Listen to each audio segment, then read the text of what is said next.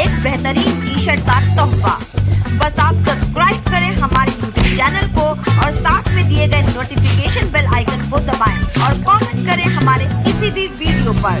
Best comment को मिलेगा एक टी शर्ट का शानदार तोहफा। अब हमारे फेसबुक पेज को लाइक करें और इनबॉक्स में अपना पूरा पता लिखें या दिए गए मोबाइल नंबर पर अपना पता व्हाट्सएप करें। आप तक हम पहुंचाएंगे टी शर्ट का शानदार तोहफा। तो रहे हमेशा अपडेटेड विद ABC न्यूज हिंदी।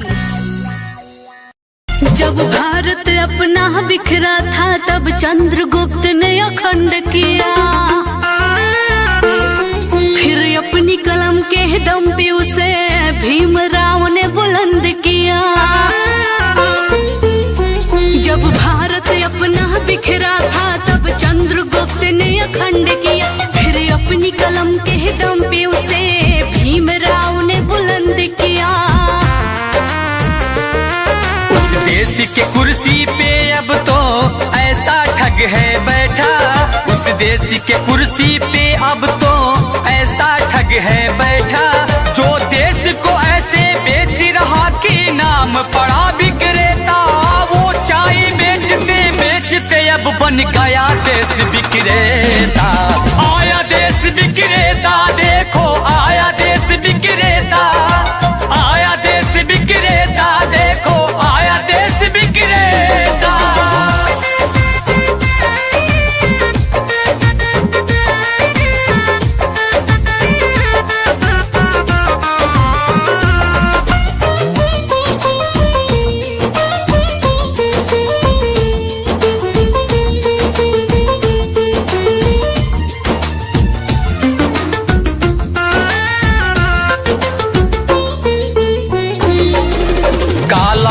लाऊंगा कह के भारत का कोष भी साफ किया, श्रमिकों को भूखे मार रहा, धनिकों का कर्ज भी माफ किया। काला धन लाऊंगा कह के भारत का कोष भी साफ किया, श्रमिकों को भूखे मार रहा, धनिकों का कर्ज भी माफ किया, धनिकों का कर्ज भी माफ किया, धनिकों का कर्ज भी माफ किया। लाखों का सूट पहन के भी खुद को फकीर है कहता, जो देश को ऐसे बेच रहा कि नाम पड़ा विक्रेता। वो चाय बेचते बेचते अब बन गया देश विक्रेता।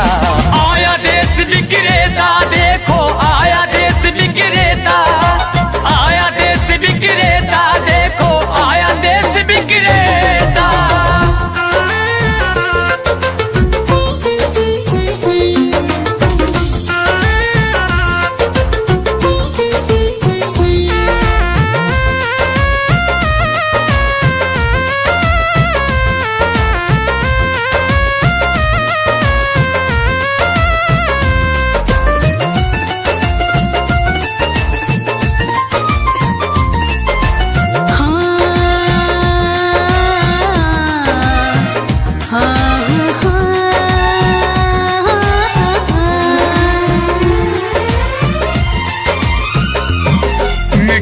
तो उसके जूते का कैसा है स्वाद बताती है, जब जब चुनाव हो तब उसको माँ की याद आती है।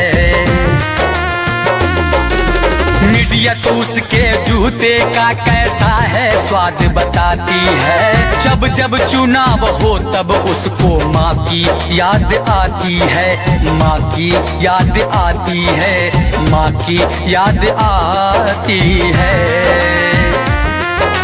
किसी का संग दिल पति है तो वो किसी का मतलबी बेटा, जो देश को ऐसे बेच रहा कि नाम पड़ा विक्रेता। वो चाय बेचते बेचते अब बन गया देश विक्रेता। आया देश विक्रेता, देखो आया देश विक्रेता, आया देश विक्रेता, देखो आया देश विक्रेता। जब भारत अपना बिखरा था तब चंद्रगुप्त ने अखंड किया, फिर अपनी कलम के दम पे उसे भीमराव ने बुलंद किया।